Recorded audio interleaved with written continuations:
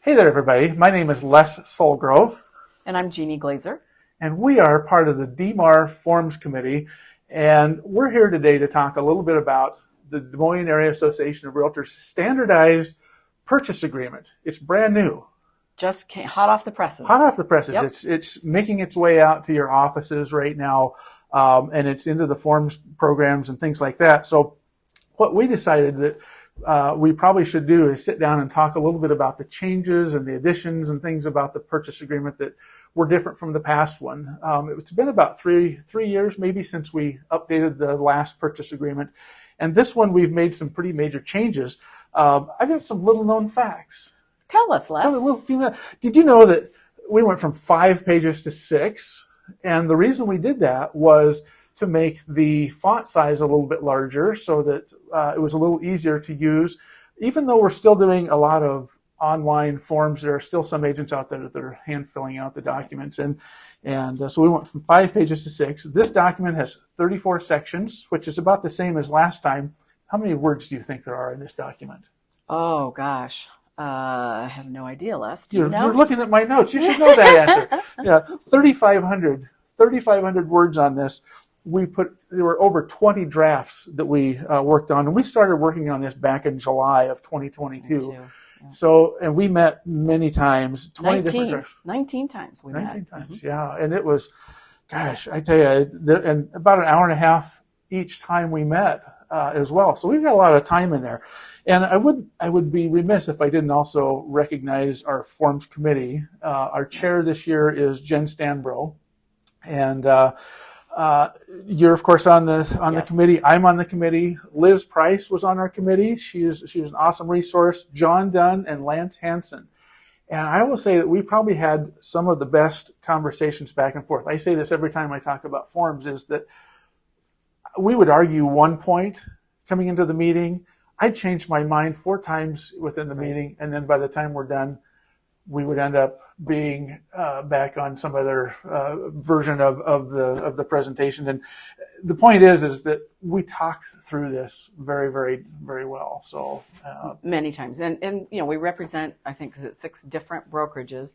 So you can imagine that there were probably that many different viewpoints about some of the pieces of this agreement. So the fact that we were able to come together and get something that we agreed on, and that then the board of directors all agreed upon, I feel is a pretty big achievement. Yeah, it's even gone past the board attorney as well. So things don't happen as fast as we'd like, but there's a reason for that. We want to make sure that this is right.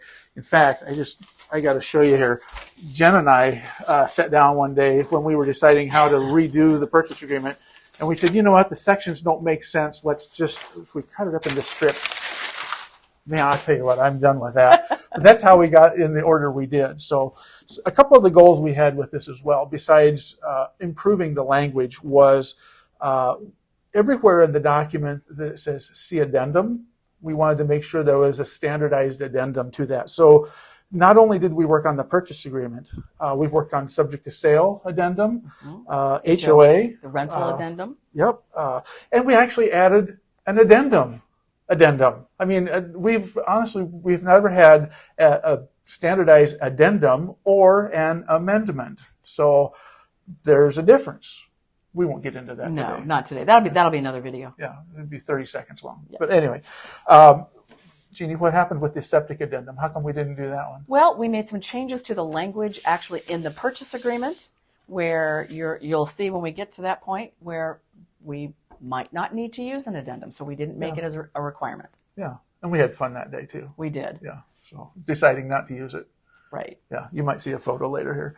All right, so let's jump into the purchase agreement. You'll see up on the screen as we're talking the changes, and basically we did one of 2 things to this purchase agreement besides making it larger font and moving it around. Well, we did move it around. That was one of the major things we did. We moved the fee. Yeah, we reordered many of the sections so that they all kind of tended to group in a more sensical fashion. And some of the movement was really for page breaks, so we didn't have to make this be a 7-page document. That was him. I'm the page break master. So yeah. But the majority of the stuff we'll talk about today is what is new on the purchase agreement and maybe why we made those changes. So the very first thing up here is and I hope you like the line numbers down the left-hand side. Those are great for referencing, especially when you're online with a client and you're talking to them on a Zoom call. You can say, hey, look at line 42, for example. Well, line 18 and 19 talks about the purchase agreement, and that's still at the top. And we added this section here called electronic transfer. So it used to say payment of earnest money shall be as follows: earnest money via check. And we added electronic transfer because most of us within DMAAR are using trust funds to make those payments. And so we felt that the purchase agreement should reflect that option. Yeah. And then the other thing we changed on that was if earnest money is not delivered within this time, this agreement may be voidable at the option of sellers until earnest money is delivered. And this was a recommendation from the board attorney. Basically, if earnest money is involved, in the past we had no method of enforcing that. Right. And so this kind of tightens that up a little bit. And it says, hey, the seller, if you don't get the earnest money in, is the home really under contract? And the attorney says, we need to follow this particular rule for that. So, really, that was one of the major changes. Another change we made was in the included property section.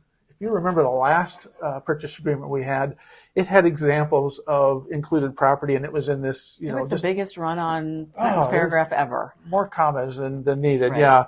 So we redid that. We put that into 3 columns, as you see, and we've added and updated stuff. So, like, there was some stuff on there that was maybe no longer used, like, I don't know, references to antenna TV antennas and things like that. And I mean, well, it still is probably there, but we added some updated stuff like attic and ceiling fans with remotes. Right. So what else was added on there? We added the word attached to shelving to help make that a little clearer. We added remotes to the fireplace section. Everything has a remote today. Right, exactly. So. We talked about fences, including in-ground fences for like pet fences and the receiving collars for those as well. Yeah, those collars are cool. My dogs hate them, but they work. So we also added a little more clarification on here about outdoor buildings and sheds. We added that specifically on there, as well as landscape and lighting. And here's the deal, guys. This section isn't a one-all and be-all. This isn't just the things that should be included. If there's something on here that is not to be included, you simply strike it and initial it as like you would any other part of the contract. And then, of course, you have the section below that says other included items or excluded items. So, So really, that's it on that page. On page 2, I mean, of course, you'll see along the way we've got everywhere it says see addendums. The addendums are the new addendums we talked about before. So, All right, going to page 3. This is the area where we probably spent the most time. Absolutely. Yeah. And I would say that it took us a long time to come to an agreement on this one. And it did.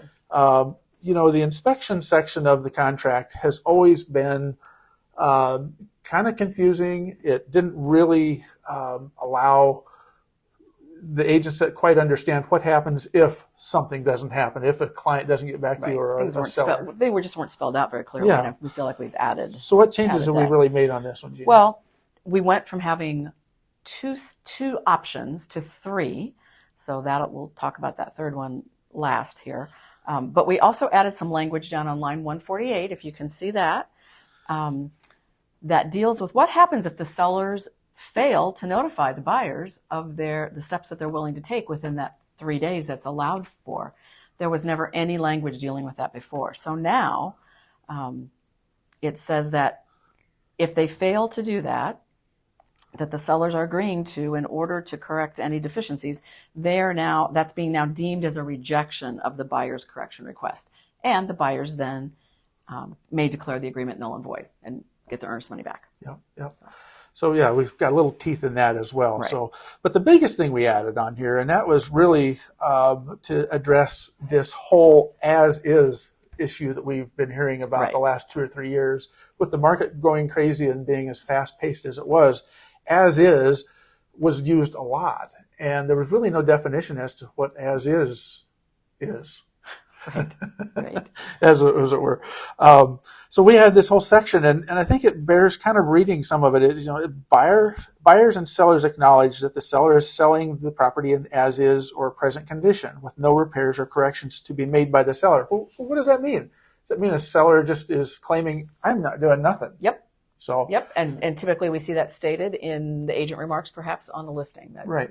And in the past, when we saw that, buyers were going, well, do I even have the opportunity to do a home inspection, or should I do a home inspection? What are my rights if I go in the house and it's got a cracked foundation or the electrical panel is going to explode? Right. Or in the something event, really big and scary or expensive is uncovered when they do that home inspection. How was that handled? We never really had that dealt with in the purchase agreement before. Right. So what we did was we went on in this portion of the contract to say that the buyers may, at their sole expense, have the property inspected by a qualified person. Trust me, we had conversations about who's qualified, and we just, it was a long conversation, but this is the best terms we could use. Qualified person or persons of a buyer's choice within X number of days after final acceptance. And here's where it really gets cool is if, as a result of the inspection, the buyer discovers unacceptable findings, then the buyer may, within this same period, rescind this agreement and any earnest money shall be returned to the buyers. What it says is, okay, Mr. Seller, I understand that you're offering it as is, but what happens when we find something? If we find something that's major?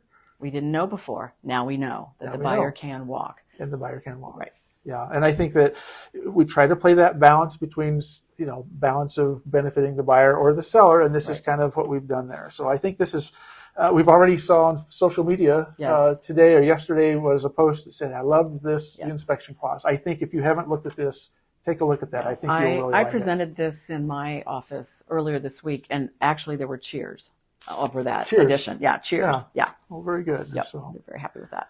All right. Page 4, again, we talked a little bit about the septic and sewage disposal system. We figured out pretty quickly that the document that and the language we had before kind of combined an addendum, like an inspection and a disclosure. That was it. A disclosure and the information about septic. And really, the disclosure portion belongs on the seller's property disclosure. So therefore, there is no reference of a sewage disposal addendum. It just states that all the law in Iowa about sewage systems and septic tanks must be followed by the Iowa Code, and then it identifies the number of days after acceptance that it must be the inspection must happen, as well as who's paying for it, because that's kind of an important one there. So and I think it's important to note that doesn't mean you can't use the old septic addendum that's out there. If you want to, you feel you need to, this transaction has circumstances that would require that. You certainly can still use it, but you don't have to. At least on the initial purchase. At least on the initial purchase agreement, Right. So next section down under abstracting and title, just a little bit of language. What was that about, Jeannie? Well, the language has always been there that if the seller can't provide marketable title and people are waiting and waiting for them to try to clear it, that the agreement stays in force and effect until either party provides written notice and they agree to rescind it. So that's all language has always been in there. It was 7 days. We changed it to 5 days to keep be a little more consistent with other sections. And really 7 days, which would have been construed as 7 business days because of the way our purchase agreement works. That's a long time for somebody to have to wait. So could be with a holiday weekend in there. It could be almost 2 full weeks in some cases. Exactly. So we shortened that to 5. All right. The next page, page 5, we just basically a clarification. It's under doc prep. It's a real minor change. It just says that parties request that the listing or selling broker provide or any employees, etc., prepare and complete these documents. We are not attorneys. We don't draft documents, and it just made the attorneys happy that we kind of clarified that. And it takes a little more liability off your shoulders there. So. Again, the same thing down under general provisions at the bottom of this page. General provisions basically just means time is of the essence. And we just never really tied it to this agreement. I mean, it's in general, time is of the essence in all transactions. But in this, on the purchase agreement in general, It really is. I mean, when we're dealing with time deadlines and things, so we just put on there pertaining to this agreement, just to Yeah, clarification. little language cleanup. Easiest last one on the bottom was, with today's consumer, most of the time selling and buying homes using electronic documents right. and electronic signatures, we just want to reiterate along the way that the clients on both sides understand that this is a legal binding contract. And the last thing we want them to do is electronically sign something and be afraid to come back and say, I just clicked everything. I don't know what I just signed. Right. As you know, all of our electronic signature programs just skip the signer to the next place that needs an initial or a signature. And a lot of times they just weren't seeing that this is actually a legally binding agreement. Yeah. So we thought by putting initials there, that's going to slow them down and force them to initial right there. And then they might at least have a better chance of seeing that and understanding that you really are offering to buy this house, not just if you don't find something you like better. Yeah. So yeah. That's it. What do you think? I think we made great progress. I think we did too. I know that there will always be things we find that, we should have done, and it doesn't mean that those things won't get cleaned up in the next version, but this is the one we're using for now. That's right. And I hope that you all enjoy it and have good things to say about it. Smooth transactions. Yeah, smooth transactions because of this. It should help clear a few things up. So just to clarify, it's version 3.0 of the purchase agreement. So version 3.0 is the most recent one. Right. So, all right. Anything else you want to add? Nope, I think that covers it. Thanks for coming in. Yeah, appreciate thanks, it. See you guys again.